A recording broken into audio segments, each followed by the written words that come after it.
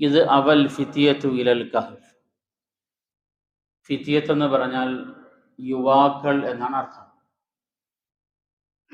ഇപ്പോൾ ഒരു സംഘം യുവാക്കളുടെ ചരിത്രമാണ് ഇത് എന്ന് നമ്മൾ തുടക്കത്തിലെ പറഞ്ഞിരുന്നു.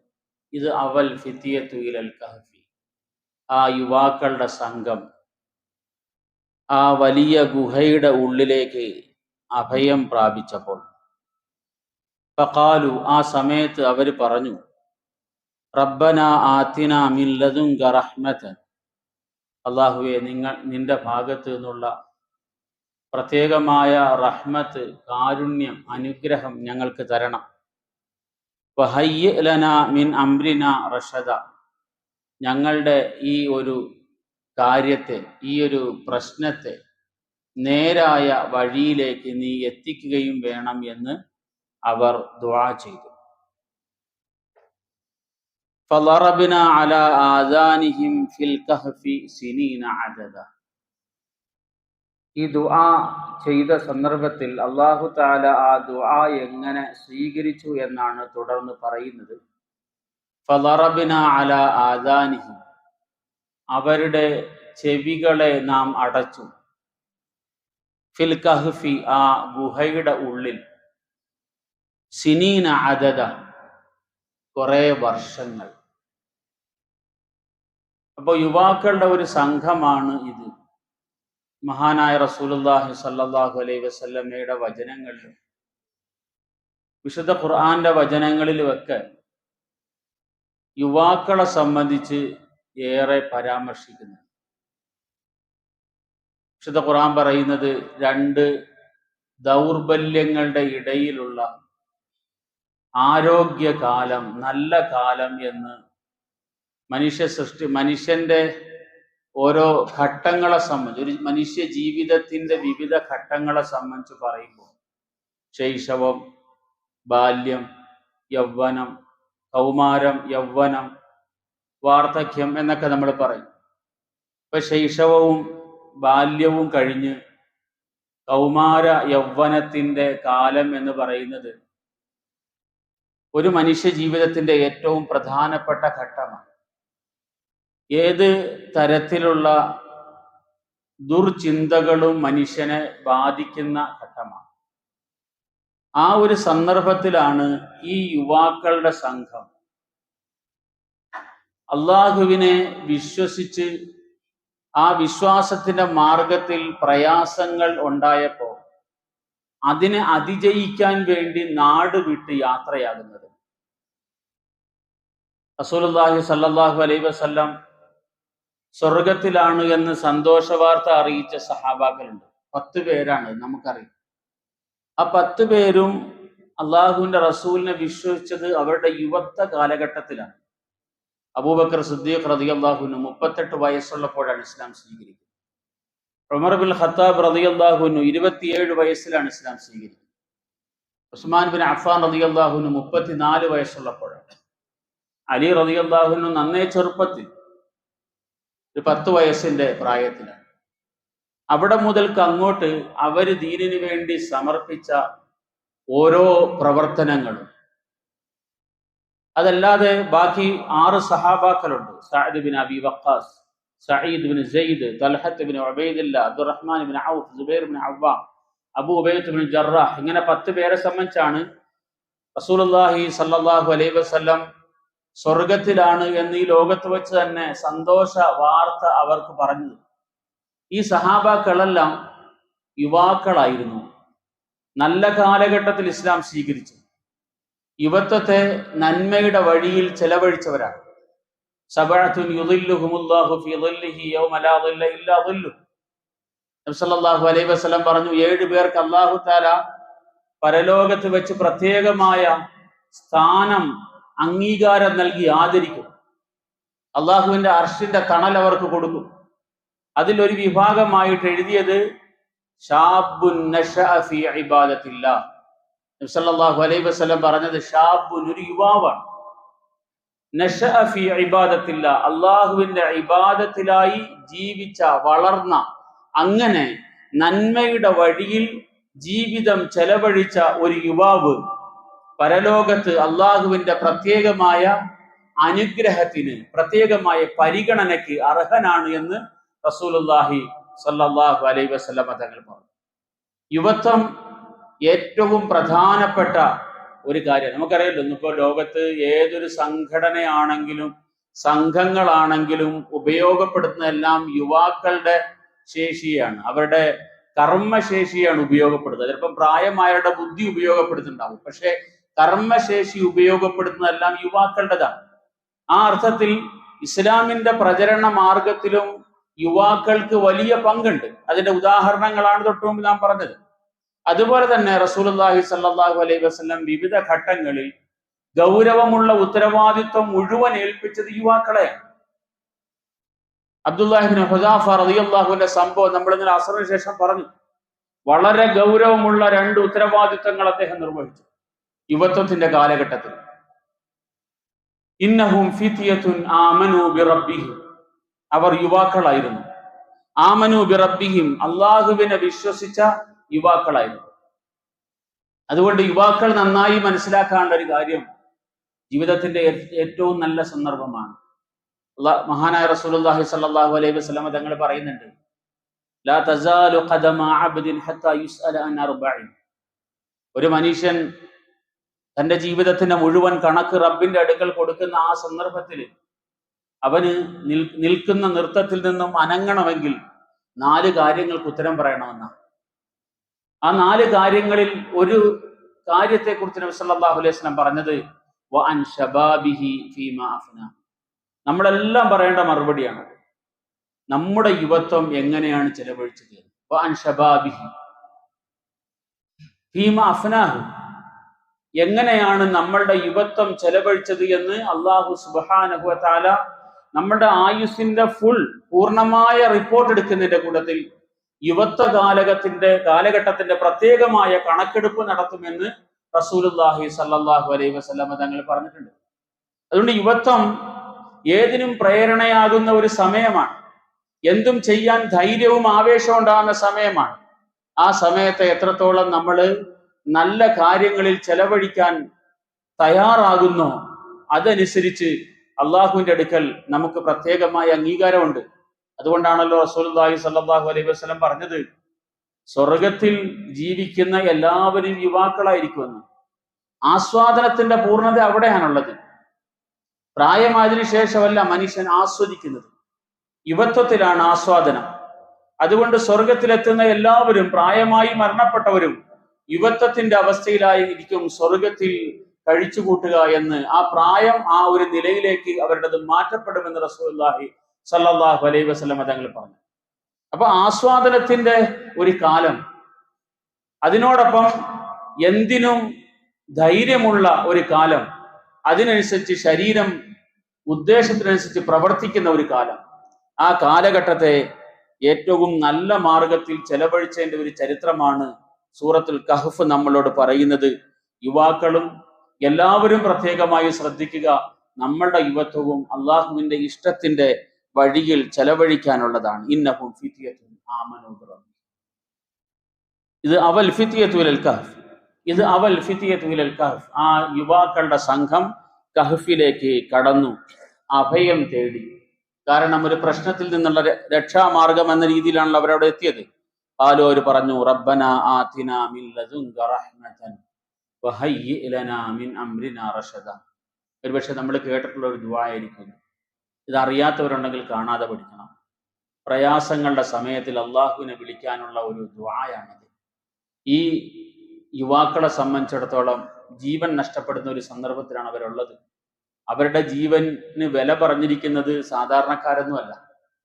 ഒരു നാടിന്റെ രാജാവാണ്, ഭരണാധികാരിയാണ്. അദ്ദേഹത്തിന്റെ അധികാരമുണ്ട്. അദ്ദേഹത്തിന്റെ അധികാരം വെച്ചിട്ട് എവിടെയും ചെന്ന്, നാടിന്റെ എവിടെയും ചെന്ന് ഒളിഞ്ഞിരിക്കുന്ന ആൾക്കാരെ പിടിക്കാനുള്ള ശേഷിയുമുണ്ട്. ഒരു സാധാരണക്കാർക്ക് എതിരായിട്ടല്ല ഇവർ പുറപ്പെട്ടിരിക്കുന്നത്. അദ്ദേഹത്തിന്റെ അധികാരം വെച്ചിട്ട് അദ്ദേഹത്തിന്റെ സൈന്യത്തെ നിയോഗിച്ചു കഴിഞ്ഞാൽ അധികാര പരിധിയിലുള്ള ഏത് സ്ഥലത്തും ആ സൈന്യം എത്തും, അവരെ പിടിച്ചുകൊണ്ട് പോകാൻ കഴിയും. ഇന്നലെ നമ്മൾ പറഞ്ഞു, ആ രാജാവിന്റെ അധികാര പരിധിയിലുള്ള പ്രദേശത്ത് തന്നെയാണ് ഇവർ താമസിച്ച ഗുഹ. അധികാര പരിധി വിട്ട് പുറത്തു പോകാൻ കഴിയാത്തിടത്തോളം പ്രവിശാലമായ ഒരു സാമ്രാജ്യത്തിന്റെ അധിപനും കൂടെയായിരുന്നു ആ രാജാവ്. അപ്പോ ഈ മനുഷ്യര് ഗുഹയുടെ ഉള്ളിൽ കടന്നതിന് ശേഷം ചെയ്ത ദുആ ഇങ്ങനെയാണ്: ഇത് അവൽ ഫിത്യത്തുൽ കഹ്ഫി ഫഖാലു റബ്ബനാ ആതിനാ മിൻ ലദുൻക റഹ്മ. അല്ലാഹുവേ, നിന്റെ ഭാഗത്ത് നിന്നുള്ള കാരുണ്യം ഞങ്ങൾക്ക് തരണേ, ഔദാര്യം ഞങ്ങൾക്ക് തരണേ, വഹയ്യി ലനാ, ഞങ്ങൾക്ക് ഏർപ്പെടുത്തി തരണേ, ഞങ്ങൾക്ക് തയ്യാറാക്കി തരണേ, മിൻ അംരിന, ഞങ്ങളുടെ ഈ പ്രശ്നത്തിൽ, റഷദ, നേർവഴി. എന്തെങ്കിലും അബദ്ധങ്ങൾ ചെയ്തു പോയാൽ പിന്നെ ആലോചിച്ചിട്ട് കാര്യമില്ല. ഇതുപോലുള്ള ഒരു പ്രതിസന്ധിയിൽ എന്ത് ചെയ്യണമെന്ന് മനുഷ്യനൊട്ട് അറിയാനും കഴിയില്ല. എന്താണ് ചെയ്യേണ്ടതെന്ന്, അങ്ങനെ ചെയ്താൽ ശരിയാവോ, ഇങ്ങനെ ചെയ്താൽ ശരിയാവോ, ഇപ്പൊ രക്ഷയുടെ മാർഗം എന്താണ് എന്ന് ആകെക്കൂടെ ഒരു വേവലാതിയും ഒരു അങ്കലാപ്പും ഒക്കെ ആയിരിക്കും മനുഷ്യൻ. ഒരു തീരുമാനമെടുക്കാൻ കഴിയാതെ വരുന്ന ഒരു പ്രതിസന്ധിയിലാണ് ഈ ആൾക്കാരുള്ളത്. അപ്പോൾ അവർ പറയുന്നത്, ഞങ്ങൾ എടുക്കുന്ന ഓരോ തീരുമാനങ്ങളും നേരായ തീരുമാനങ്ങളാകണം, അബദ്ധങ്ങൾ വരാതെ നീ കാക്കണം എന്ന്. ഇപ്പൊ രണ്ട് കാര്യങ്ങളാണ് ഇവർ ചോദിക്കുന്നത്. ഒന്ന് മിൻ ലദുൻക റഹ്മ, രണ്ടാമത്തേത് മിൻ അംരിന റഷദ. ഒന്ന് അള്ളാഹുവിന്റെ കാരുണ്യമാണ്. ഈ ആയത്തിനെ വിശദീകരിക്കുന്നിടത്ത്, ഈ ദുആയെ വിശദീകരിക്കുന്നിടത്ത് പണ്ഡിതന്മാർ രേഖപ്പെടുത്തുന്നുണ്ട്, അള്ളാഹുവിന്റെ കാരുണ്യം അധ്വാനിച്ച് നേടാനുള്ളതാണ്, വെറുതെ കിട്ടുന്ന ഒന്നല്ല. ഇപ്പൊ ഇവിടെ ഈ മനുഷ്യർക്ക് പ്രയാസങ്ങളുണ്ടായി, നാട്ടിൽ ശരിയായ വിശ്വാസത്തിൽ ജീവിക്കാൻ കഴിയാത്ത സാഹചര്യം ഉണ്ടായി. അപ്പോൾ അതിൽ നിന്നും സ്വന്തം വിശ്വാസത്തെ സംരക്ഷിക്കാൻ വേണ്ടിയിട്ട് ചെയ്യാൻ കഴിയുന്നതവർ ചെയ്തു എന്നുള്ളതാണ്. അവർക്ക് ചെയ്യാൻ കഴിയുന്നത് ഇത്ര മാത്രമേ ഉള്ളൂ. നാട് വിട്ടു പോകാനേ കഴിയൂ. ആ രാജാവിനോട് എതിരിട്ട് നിൽക്കാനുള്ള ശേഷിയില്ല, ആ രാജാവിനെ പരാജയപ്പെടുത്താനുള്ള ശേഷിയില്ല, ഒന്നും ചെയ്യാൻ കഴിയില്ല. അവർക്ക് ആത്മരക്ഷാർത്ഥം സ്വന്തം ജീവനും കൊണ്ട് ഓടലല്ലാതെ മറ്റു മാർഗങ്ങളിൽ. പക്ഷെ ആ പ്രവൃത്തി അവർ ചെയ്തു. ആ പ്രവൃത്തി ചെയ്ത് അവരൊരു രക്ഷയുടെ കേന്ദ്രം എന്ന് വിചാരിച്ച സ്ഥലത്ത് ചെന്ന് കയറുമ്പോഴേ തന്നെ പറയുന്നത് റബ്ബനാ ആതിനാ മിൻ ലദുൻക റഹ്മ എന്ന്. അള്ളാഹുവിന്റെ കാരുണ്യം വസിഅത് കുല്ല ഷൈ, എല്ലാ വസ്തുക്കളിലും അള്ളാഹുവിന്റെ കാരുണ്യമുണ്ട്. റസൂലുള്ളാഹി സ്വല്ലല്ലാഹു അലൈഹി വസല്ലമ തങ്ങൾ പറഞ്ഞു, അള്ളാഹുവിന്റെ കാരുണ്യം എല്ലാ വസ്തുക്കളിലുമുണ്ട്. എല്ലാവർക്കും അള്ളാഹുവിന്റെ കാരുണ്യം കിട്ടിക്കൊണ്ടിരിക്കുന്നുണ്ട്. അത് അള്ളാഹുവിനെ വിശ്വസിച്ചവർക്കും കിട്ടുന്നുണ്ട്, വിശ്വസിക്കാത്തവർക്കും കിട്ടുന്നുണ്ട്. അള്ളാഹുവിന്റെ ഏറ്റവും വിശുദ്ധമായ രണ്ട് നാമങ്ങൾ റഹ്മാനും റഹീമുമാണ്. മഹാനായ ഉമർ ഇബ്നുൽ ഖത്താബ് റളിയല്ലാഹു അൻഹുവിന്റെ ചരിത്രത്തിൽ ഇങ്ങനെ നമുക്ക് വായിക്കാൻ കഴിയും. ഉമർ റളിയല്ലാഹു അൻഹു റസൂലുള്ളാഹി സ്വല്ലല്ലാഹു അലൈഹി വസല്ലമ തങ്ങളെ വധിക്കാൻ വേണ്ടിയിട്ട് പുറപ്പെട്ടതാണ്. അങ്ങനെയാണ് സഹോദരി ഇസ്ലാം സ്വീകരിച്ച വിവരം അറിയുന്നത്. ഇതറിഞ്ഞിട്ട് സഹോദരിയുടെ വീട്ടിലേക്ക് ഉമർ റളിയല്ലാഹു അൻഹു ചെന്നു. അവിടെ ഉമർ റളിയല്ലാഹു അൻഹു ചില അക്രമങ്ങളും മർദ്ദനങ്ങളും ഒക്കെ നടത്തിയെങ്കിലും ശാന്തനായി കഴിഞ്ഞപ്പോ അവരോട് പറഞ്ഞു, നിങ്ങൾ വായിച്ചുകൊണ്ടിരുന്ന ആ എഴുത്ത് അതെനിക്ക് തരാൻ ആവശ്യം. അങ്ങനെ ഉമർ റളിയല്ലാഹു അൻഹു ആദ്യം വായിക്കുന്നത് ബിസ്മില്ലാഹിർ റഹ്മാനിർ റഹീം. ഈ റഹ്മാനുർ റഹീമാണ് ഉമർ റളിയല്ലാഹു അൻഹുവിനെ ഏറ്റവും സ്വാധീനിച്ചത്. അള്ളാഹ് എന്ന നാമം ഉമർ റളിയല്ലാഹു അൻഹു കേട്ടിട്ടുണ്ട്, മക്കയിലെ ജനങ്ങളൊക്കെ കേട്ടിട്ടുണ്ട്. കാരണം നബി സല്ലല്ലാഹു അലൈഹി വസല്ലം തങ്ങളുടെ ഉപ്പാടെ പേരെന്തായിരുന്നു? അബ്ദുള്ള എന്നാണല്ലോ. അപ്പൊ മക്കക്കാർക്ക് പരിചയമില്ലാത്ത പേരൊന്നും അല്ല അള്ളാഹ്. പക്ഷെ അള്ളാഹുവിനെ സംബന്ധിച്ച് റഹ്മാൻ എന്നൊരു വിശേഷണം, അള്ളാഹു റഹ്മാനാണ് എന്ന ഒരു കാര്യം ഉമർ റളിയല്ലാഹു അൻഹു ആദ്യം കേൾക്കുന്നത് വിശുദ്ധ ഖുർആനിൽ നിന്നാണ്. അദ്ദേഹം പറഞ്ഞു, ഇത് അള്ളാഹുവിനെ കുറിച്ച് പറയുന്ന ഏറ്റവും സുന്ദരമായ വിശേഷണമാണല്ലോ. പിന്നെ വീണ്ടും അടുത്തത് കേൾക്കുന്ന റഹീം എന്നാണ്. അത് കേട്ടപ്പോൾ അദ്ദേഹത്തിന്റെ മനസ്സ് കൂടുതൽ ആ വചനത്തിലേക്ക് ആകർഷിച്ചു. അദ്ദേഹം പറഞ്ഞു, അള്ളാഹുവിന്റെ നാമം വളരെ സുന്ദരമാണല്ലോ, അള്ളാഹുവിന് പറയപ്പെട്ട വിശേഷണം എത്രയോ അർത്ഥവത്താണ്.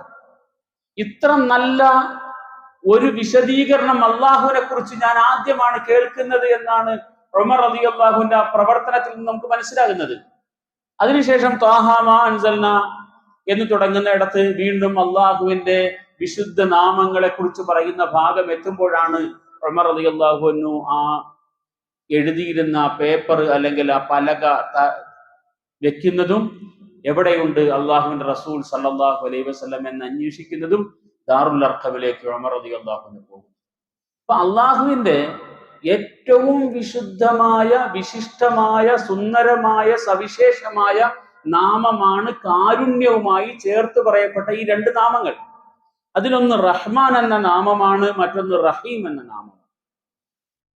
റഹ്മാൻ എന്ന നാമത്തിന്റെ അർത്ഥം എല്ലാവർക്കും കൊടുക്കുന്ന കാരുണ്യത്തിന്റെ ഉടമ എന്നാണ്. അത് അള്ളാഹുവിനെ അനുസരിച്ചവർക്കും കൊടുക്കും, അല്ലാത്തവർക്കും കൊടുക്കും. അള്ളാഹുവിനെ വിമർശിക്കുന്ന, അസഭ്യം പറയുന്ന, ചീത്ത പറയുന്ന ആൾക്കാർക്കും ആ കാരുണ്യം കിട്ടിക്കൊണ്ടേയിരിക്കും. അള്ളാഹു ആണ് അപ്പോഴും അവന്റെ ശരീരത്തെ പ്രവർത്തിപ്പിക്കുന്നത്. അള്ളാഹുവിന്റെ കാരുണ്യം കൊണ്ടാണ് അവൻ ആ വർത്തമാനം പറയുന്നത്. അവന്റെ ഹൃദയം പ്രവർത്തിക്കുന്നത് എല്ലാം അള്ളാഹുവിന്റെ കാരുണ്യം കൊണ്ടാണ്. ലോകത്തിലുള്ള മുഴുവൻ റഹ്മതി വസിഅത് കുല്ല ഷൈഇൻ, അള്ളാഹു സുബ്ഹാനഹു വ തആല പറഞ്ഞു, എന്റെ കാരുണ്യം ലോകത്തിലുള്ള സകല വസ്തുക്കളെയും ചൂഴ്ന്നു നിൽക്കുന്നതാണ്. ആ കാരുണ്യത്തിന്റെ പരിധിയിൽ നിന്നും പുറത്തുപോയ ഒരു സൃഷ്ടിയും ലോകത്തില്ല. അത്രമേൽ വിശാലമായ കാരുണ്യമാണ് അള്ളാഹുവിൻ്റെത്. ആ കാരുണ്യത്തെ സൂചിപ്പിക്കുന്ന വാക്കാണ് റഹ്മാൻ എന്ന വാക്ക്. പക്ഷെ റഹീം എന്നത് മറ്റൊരു പ്രത്യേകമായ കാരുണ്യത്തെയാണ് സൂചിപ്പിക്കുന്നത്. അത് അള്ളാഹുവിന്റെ അടുക്കൽ നിന്നും ചോദിച്ചു വാങ്ങുന്ന കാരുണ്യമാണ്. അർഹതയുള്ളവർക്ക് അള്ളാഹു കൊടുക്കുന്ന കാരുണ്യമാണ്.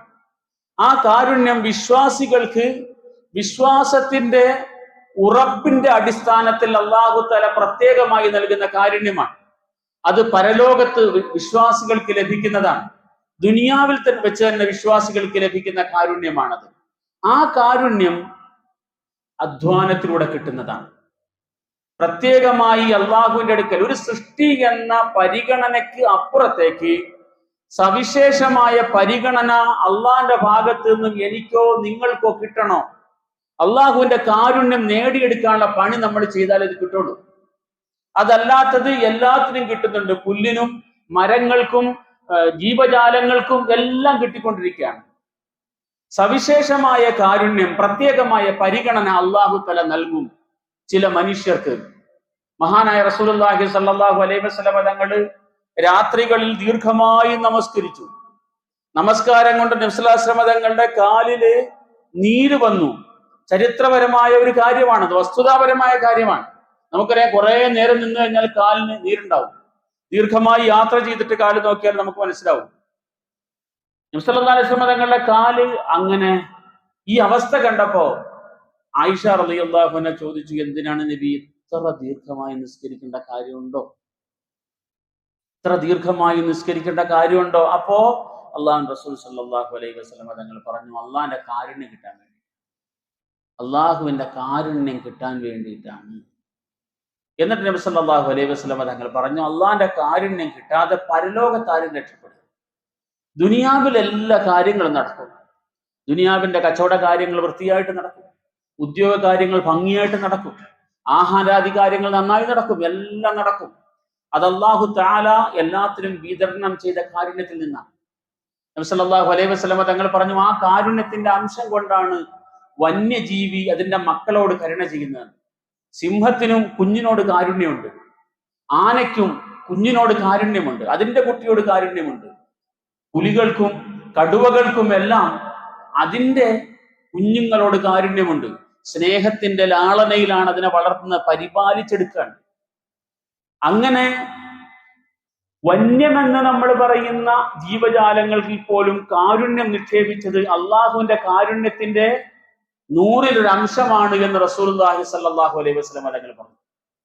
അങ്ങനെയുള്ള കാരുണ്യം അള്ളാഹു തആല എല്ലാവർക്കും കൊടുക്കുമ്പോൾ പ്രത്യേകമായ കാരുണ്യം കിട്ടാൻ വേണ്ടിയിട്ട് അള്ളാഹുവിന്റെ റസൂൽ സല്ലല്ലാഹു അലൈഹി വസല്ലം തങ്ങൾ ദീർഘമായി നമസ്കരിച്ചു, രാത്രി മുഴുവൻ നമസ്കരിച്ചു. എന്നിട്ട് നബി സല്ലല്ലാഹു അലൈഹി വസല്ലം തങ്ങൾ പറഞ്ഞു, പരലോകത്ത് രക്ഷപ്പെടാൻ വേണ്ടി അള്ളാഹുവിന്റെ കാരുണ്യം ലഭിക്കണം. അപ്പോ സഹാബാക്കൾ ചോദിച്ചു, വഅന്ത യാ റസൂലല്ലാഹ്, അള്ളാഹിന്റെ പ്രവാചകരെ അങ്ങയ്ക്കും അങ്ങനെ തന്നെയാണോ? അതെ, ഇല്ല അൻ യതഗമ്മദനി അല്ലാഹു ബിറഹ്മതി, അള്ളാഹുവിന്റെ കാരുണ്യം കൊണ്ട് എന്നെ പൊതിഞ്ഞാലല്ലാതെ ഞാൻ രക്ഷപ്പെടും. അപ്പൊ ആ ഒരു കാരുണ്യം കിട്ടണോ, അധ്വാനിക്കണം. ഈ പറഞ്ഞ മനുഷ്യര് വിശ്വാസം മുറുകെ പിടിക്കുകയും ആ വിശ്വാസം സംരക്ഷിക്കാൻ വേണ്ടി നാടും നാടിന്റെ സൗകര്യങ്ങളും വീടും കുടുംബാംഗങ്ങളും എല്ലാം വിട്ടിട്ട് ഒറ്റയ്ക്ക് യാത്ര ചെയ്യാൻ. എന്താകും അതിന്റെ പരിസമാപ്തി എന്ന് അവർക്ക് തന്നെ അറിയില്ല. അങ്ങനെ ഒരു യാത്ര ചെയ്ത് അവർ ആ ഗുഹയിൽ എത്തിയതിനു ശേഷം ചോദിച്ചത്, റബ്ബന ആതിന മിൻ ലദുൻക റഹ്മ, നിന്റെ ഭാഗത്തു നിന്നുള്ള കാരുണ്യം ഞങ്ങൾക്ക് തരണേ എന്നാണ്. നമുക്കും ജീവിതത്തിൽ പ്രയാസങ്ങളുണ്ടാകാം. ജീവിതത്തിൽ ഇനി എങ്ങനെ മുമ്പോട്ട് പോകണമെന്ന് അറിയാൻ കഴിയാത്ത സാഹചര്യങ്ങൾ ഉണ്ടാകാം. ആകെ ഇരുൾ മൂടുന്ന സന്ദർഭം ജീവിതത്തിന്റെ മുന്നോട്ടുള്ള നീക്കത്തിൽ. ആ സമയത്ത് ഈ ദുആ നമുക്ക് പഠിക്കാം. റബ്ബന ആതിന മിൻ ലദുൻക റഹ്മതൻ വഹയ്യി ലനാ മിൻ അംരിനാ റഷദ. റബ്ബന ആതിന മിൻ ലദുൻക റഹ്മ, അല്ലാഹുവേ നിന്റെ ഭാഗത്തുള്ള കാരുണ്യം ഞങ്ങൾക്ക് തരണേ. വഹയ്യി ലനാ മിൻ അംരിനാ റഷദ. അത് വളരെ പ്രധാനപ്പെട്ട ഒരു കാര്യമാണ്. ഞാൻ നേരത്തെ പറഞ്ഞല്ലോ, ഒരു പ്രതിസന്ധി ഉണ്ടാകുമ്പോൾ മനുഷ്യൻ എന്ത് തീരുമാനിക്കണമെന്നറിയാതെ നിന്നുപോകും. എന്താണ് ഞാൻ തീരുമാനിക്കേണ്ടത്, എന്താണ് ഞാൻ ഈ വിഷയത്തിൽ പറയേണ്ടത് എന്നറിയില്ല. ആ സന്ദർഭത്തിൽ നമുക്ക് ചെയ്യാനുള്ള ഒരു ദുആയാണിത്. വഹയ്യി ലനാ മിൻ അംരിനാ റഷദ. നേർവഴിയിലേക്ക് എന്നെ നീ എത്തിക്കണം. ഞാൻ എടുക്കുന്ന തീരുമാനങ്ങൾ നേരായ വഴിയിലേക്ക് എത്തിക്കണം. അല്ലാഹുമ്മ മാ ഖളൈത ലി മിൻ അംരിൻ വജഅൽ ആഖിബതഹു റഷദ. നബി സല്ലല്ലാഹു അലൈഹി വസല്ലം ദുആ ചെയ്യുമായിരുന്നു. അല്ലാഹുമ്മ മാ ഖളൈത ലി മിൻ അംരിൻ, അല്ലാഹുവേ നീ എന്റെ കാര്യത്തിൽ എന്ത് തീരുമാനം എടുത്താലും എനിക്ക് കുഴപ്പമൊന്നുമില്ല. ചിലപ്പോൾ അനുകൂലമാകും, പ്രതികൂലമാകും. അള്ളാന്റെ തീരുമാനം അനുകൂലമാകുന്നോ പ്രതികൂലമാകുന്നോ എന്നുള്ളതല്ല വിഷയം. വജഅൽ ആഖിബതഹു റഷദ, അതിന്റെ അവസാനം നേരായ മാർഗത്തിലേക്ക് എത്തണം. വ്യതിചലിച്ചു പോകരുത്, നേർവഴിയിൽ നിന്നും മാറിപ്പോകരുത്. സത്യത്തിന്റെ നേരിന്റെ വഴിയിൽ ഉറച്ചു നിൽക്കാൻ കഴിയുന്ന തീരുമാനങ്ങൾ എടുക്കാൻ നീ എനിക്ക് തോന്നൽ ഉണ്ടാക്കി തരണം, അല്ലെങ്കിൽ എൻ്റെ തീരുമാനങ്ങളെല്ലാം ആ വഴിയിലേക്ക് നീ എത്തിക്കണം എന്നാണ് ഇവർ ദുആ ചെയ്തത്. വഹയ്യി ലനാ മിൻ അംരിനാ റഷദ, കാര്യങ്ങൾ നേർവഴിയിലാക്കി തരണേ. ഫളറബ്നാ അലാ ആദാനി, അല്ലാഹു സുബ്ഹാനഹു വ തആല പറയണം. ഈ മനുഷ്യർ ദുആ ചെയ്ത ഉടനെ തന്നെ ഈ സൂറത്തിന് ചില പണ്ഡിതന്മാർ വെച്ച പേര് സൂറത്തുർ റഹ്മ എന്നാണ്. കാരുണ്യത്തിന്റെ സൂറത്ത് എന്ന്. അള്ളാഹുവിന്റെ കാരുണ്യം എങ്ങനെയെല്ലാമാണ് കിട്ടുക എന്ന് പറയുന്നൊരു സൂറത്താണിത്. മുമ്പ് ഞാൻ പറഞ്ഞു, പരീക്ഷണങ്ങളെ സംബന്ധിച്ച് പറയുന്നൊരു സൂറത്താണ്. പരീക്ഷണങ്ങളുടെ സമയത്ത് ഉണ്ടാകേണ്ടത്, കിട്ടേണ്ടത് അള്ളാഹുവിന്റെ കാരുണ്യമാണ്. അല്ലാഹു തആല ഹയ്യി ലനാ മിൻ അംരിനാ റഷദ എന്ന് ദുആ ചെയ്ത, ആതിനാ മിൻ ലദുൻക റഹ്മതൻ എന്ന് ദുആ ചെയ്ത ആൾക്കാർക്ക് എങ്ങനെയെല്ലാമാണ് അവരെ 300 കൊല്ലം സംരക്ഷിച്ചതെന്ന് തുടർന്ന് പറയുന്നുണ്ട്. അതിന്റെ തുടക്കത്തിൽ അള്ളാഹു പറയുന്നത് ഫളറബ്നാ അലാ ആദാനി, അവരുടെ ചെവികളെ ഞാൻ അടച്ചു കളഞ്ഞു എന്ന് പറഞ്ഞാൽ ഒന്നും കേൾക്കാത്ത അവസ്ഥയിലായി. ളറബ്നാ അലാ ആദാനിഹിം ഫിൽ കഹ്ഫി സിനീന അദദ, വർഷങ്ങൾ, ധാരാളം വർഷങ്ങൾ ഞാൻ അവരുടെ ചെവിയെ അടച്ചു കളഞ്ഞു. സുമ്മ ബഅസ്നാഹും, പിന്നെ ഞാൻ അവരെ പുനർജീവിപ്പിച്ചു. ഉറക്കം ഒരു വലിയ സംഭവമാണ്. ഇനി ഞാനത് പറഞ്ഞു തരേണ്ട കാര്യമില്ല. ഈ പുതിയ കാലത്ത് ഉറക്കം എന്ത് വലിയ സംഭവമാണെന്ന് പറയേണ്ട ഒരു ആവശ്യമില്ല. അല്ലാഹു സുബ്ഹാനഹു വ തആല മനുഷ്യന് കാരുണ്യമായിട്ട് കൊടുക്കുന്ന ഒരു സാധനമാണ് ഉറക്കം. റബ്ബനാ ആതിനാ മിൻ ലദുൻക റഹ്മ, അല്ലാഹുവേ നിന്റെ കാരുണ്യം തരണം എന്ന് പറഞ്ഞപ്പോൾ അള്ളാഹു കൊടുത്ത സാധനമാണെന്ത്? ഉറക്കം. ഫളറബ്നാ അലാ ആദാനിഹിം ഫിൽ കഹ്ഫി സിനീന അദദ, കൊല്ലങ്ങൾ അവർ കിടന്നുറങ്ങി സമാധാനമായിട്ട്. യുദ്ധവേളകളിൽ ഉറങ്ങിയിട്ടുണ്ട്. റസൂലുള്ളാഹി സ്വല്ലല്ലാഹു അലൈഹി വസല്ലമയുടെ സംഭവം നമ്മൾ അറിഞ്ഞല്ലോ. ബദർ യുദ്ധത്തിൽ സഹാബാക്കൾക്ക് ഒരു തൂങ്ങി ഉറക്കം വന്നു. ഒരു ഉറക്കം കഴിയുമ്പോൾ എത്ര വലിയ ടെൻഷൻ ഉണ്ടെങ്കിലും ഒന്നുറങ്ങി എണീക്കുമ്പോൾ എന്താവും? അത് മാറും. അതിന്റെ കടുപ്പൊന്ന് കുറയും. പക്ഷെ ടെൻഷന്റെ പ്രശ്നം എന്താന്ന് വെച്ചാൽ ഉറക്കം വരില്ല എന്നുള്ളതാണ്. ബദർ യുദ്ധം ഒരു വലിയ പ്രതിസന്ധിയായിരുന്നു സഹാബാക്കളെ സംബന്ധിച്ചിടത്തോളം, നബി സല്ലല്ലാഹു അലൈഹി വസല്ലമയെ സംബന്ധിച്ചിടത്തോളം. കാരണം വലിയ ശക്തരായ ശത്രുവിനോടാണ് യുദ്ധം ചെയ്യുന്നത്. ആ യുദ്ധത്തില് സഹാബാക്കൾക്ക് നിന്ന നിൽപ്പിൽ ഒരു ചെറിയ മയക്കം ബാധിച്ചു എന്നാണ്. ചിലരുടെ കയ്യിൽ നിന്നും വാള് താഴെ വീണു എന്ന് തന്നെ സീറയുടെ ഗ്രന്ഥങ്ങൾ എഴുതുന്നുണ്ട്. ഫളറബ്ന അലാ ആദാനിഹിം.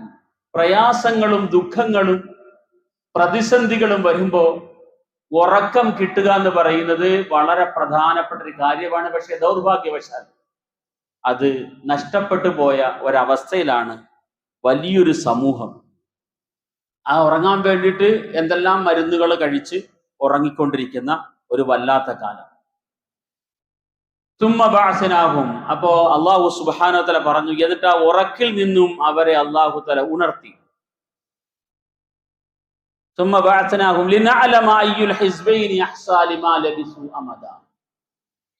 ഈ സംഘത്തെ സംബന്ധിച്ച് അവരെത്ര കാലം അവിടെ താമസിച്ചു എന്നതിനെ സംബന്ധിച്ച്, എത്ര നേരം അവർ ഉറങ്ങി എന്നതിനെ സംബന്ധിച്ച് അവർക്ക് തന്നെ കൃത്യമായി ഒന്നും മനസ്സിലായില്ല. അവരുടെ ചരിത്രം പിന്നീട് ഉദ്ധരിച്ച പലർക്കും അതിനെ സംബന്ധിച്ച് കൃത്യമായിട്ട് ഒരു ഉറപ്പില്ല. ചിലർ 195 കൊല്ലം, 194 കൊല്ലം, അങ്ങനെയൊക്കെ പല അഭിപ്രായങ്ങൾ ആ വിഷയത്തിലുണ്ട്. അല്ലാഹു സുബ്ഹാനഹു വ തആല പറയാണ്, അവരുടെ ഉറക്കത്തിന്റെ അളവ് എത്രയായിരുന്നു, എത്ര വർഷമാണ് അവർ ഉറങ്ങിയത് എന്നതിനെ സംബന്ധിച്ച് കൃത്യമായി അറിവ് ഈ പറയുന്ന ആൾക്കാർക്കില്ല.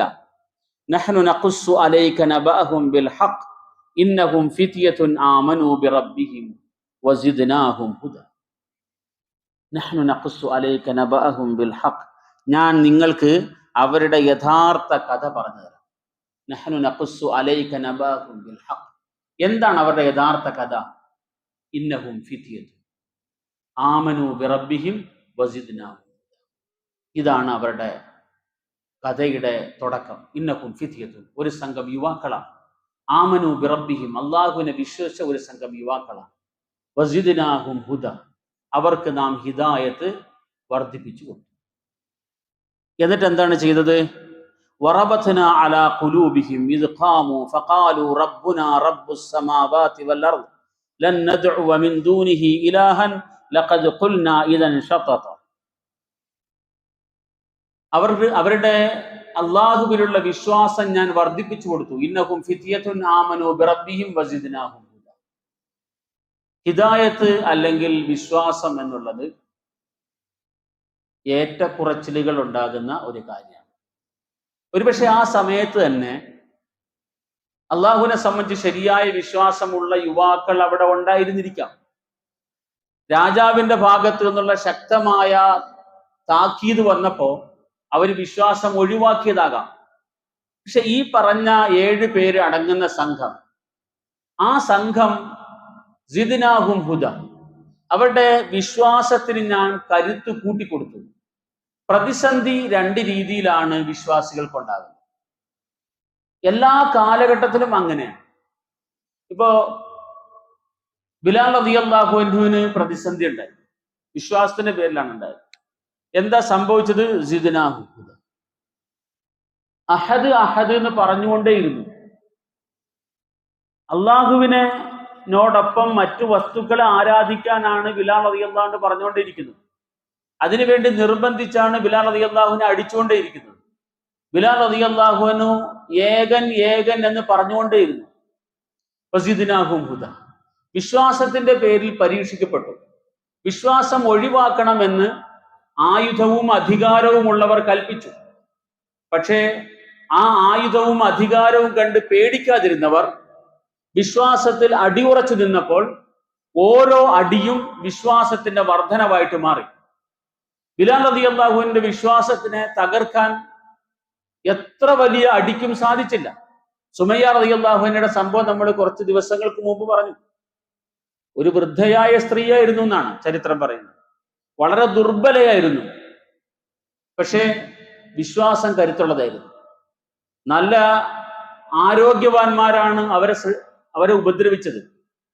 അവർക്ക് ചെയ്യാൻ കഴിയുന്ന ഉപദ്രവങ്ങൾ മുഴുവൻ ആ സ്ത്രീയെ ഏൽപ്പിച്ചു. പക്ഷേ ആ സ്ത്രീയുടെ ദുർബലമായ ശരീരത്തിൽ ഉണ്ടായിരുന്ന കരുത്തുള്ള വിശ്വാസത്തിന് ഒരു മാറ്റവും സംഭവിച്ചില്ല എന്നുള്ളതാണ്. ഇപ്പൊ ബാഹ്യമായി മനുഷ്യന്റെ രൂപങ്ങളിലോ കോലങ്ങളുടെയോ അപ്പുറത്തേക്ക് ഉള്ളിൽ കയറിയ വിശ്വാസം അത് മനുഷ്യനെ സ്വാധീനിക്കും. അതാണ് മനുഷ്യന്റെ ശരിയായ വിധി നിർണയിക്കുന്നത്. സഹാബാക്കളുടെ ഒക്കെ ചരിത്രത്തിൽ നമ്മൾ അതാണ് കേൾക്കുന്നത്. ഉപദ്രവങ്ങൾക്കും അക്രമങ്ങൾക്കും ഒരു വിശ്വാസിയെ പിന്തിരിപ്പിക്കാൻ കഴിയില്ല.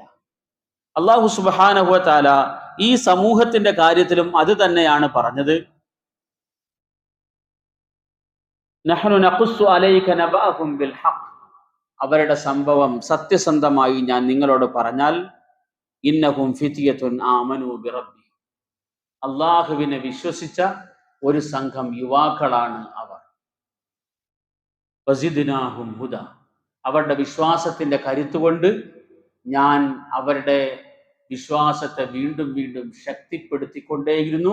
അഥവാ ഉപദ്രവങ്ങൾക്കനുസരിച്ച് വിശ്വാസം ശക്തിപ്പെട്ടുകൊണ്ട് അവരെന്താ ചെയ്തത്? വറബത്നാ അലാ ഖുലൂബിഹിം, അതാണ് സിദ്നാഹും ഹുദയുടെ അർത്ഥം. അതാണ് റബത്നാ അലാ ഖുലൂബിഹിം, അവരുടെ ഹൃദയത്തിന് നാം കരുത്ത് പകർന്നു. അല്ലാഹു സുബ്ഹാനഹു വ തആല പറയാം, റബത്നാ അലാ ഖുലൂബിഹിം, അവരുടെ വിശ്വാസത്തെ ഞാൻ കരുത്ത് പകർന്നു.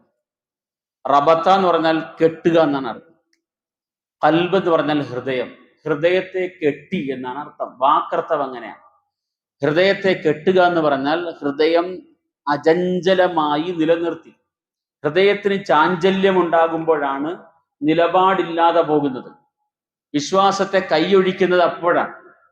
ഹൃദയത്തെ അല്ലാഹു തആല കെട്ടി മുറുക്കി നിർത്തി എന്ന് പറഞ്ഞാൽ ഹൃദയത്തിന് ഉണ്ടാകാൻ മാ സുമ്മിയൽ ഖൽബു ഇല്ലാ ലി തഖല്ലുബിഹി എന്നാണ് അറബിയിൽ ഒരു ചൊല്ലുള്ളത്. ഖൽബ് എന്ന് പറഞ്ഞാൽ മാറിക്കൊണ്ടേയിരിക്കും. ഖലബ എന്ന് പറഞ്ഞാൽ മാറുക എന്നർത്ഥം. ഒരവസ്ഥയിൽ നിന്ന് അടുത്ത അവസ്ഥയിലേക്ക് മാറിക്കൊണ്ടേയിരിക്കുന്നതിനാണ് ഖലബ എന്ന് പറയുന്നത്. ഇൻഖലബ, മാറിക്കൊണ്ടേയിരിക്കുക. ഈ മനുഷ്യ മനസ്സിന്റെ ഒരു പ്രത്യേകതയും അത് തന്നെയാണ്. ഖൽബാണത്, അത് മാറിക്കൊണ്ടേയിരിക്കും. ഒരു സമയത്ത് ഒരു ചിന്തയായിരിക്കും, അടുത്ത സമയത്ത് വേറൊരു ചിന്തയായിരിക്കും. ഇപ്പൊ ഒരു നിലപാടായിരിക്കും, അടുത്ത സമയത്ത് വേറൊരു നിലപാടായിരിക്കും. അപ്പൊ ഇങ്ങനെ മാറിക്കൊണ്ടേയിരിക്കുന്ന മനുഷ്യ മനസ്സിലാണ് വിശ്വാസവും കടന്നു കയറേണ്ടത്. അവിടെ തന്നെയാണ് അത് ഉറച്ചു നിൽക്കേണ്ടത്. വറബത്നാ അലാ ഖുലൂബിഹിം, അങ്ങനെ മാറുന്ന മനസ്സിൽ മാറാത്ത വിശ്വാസം അല്ലാഹു തആല കൊടുത്തു.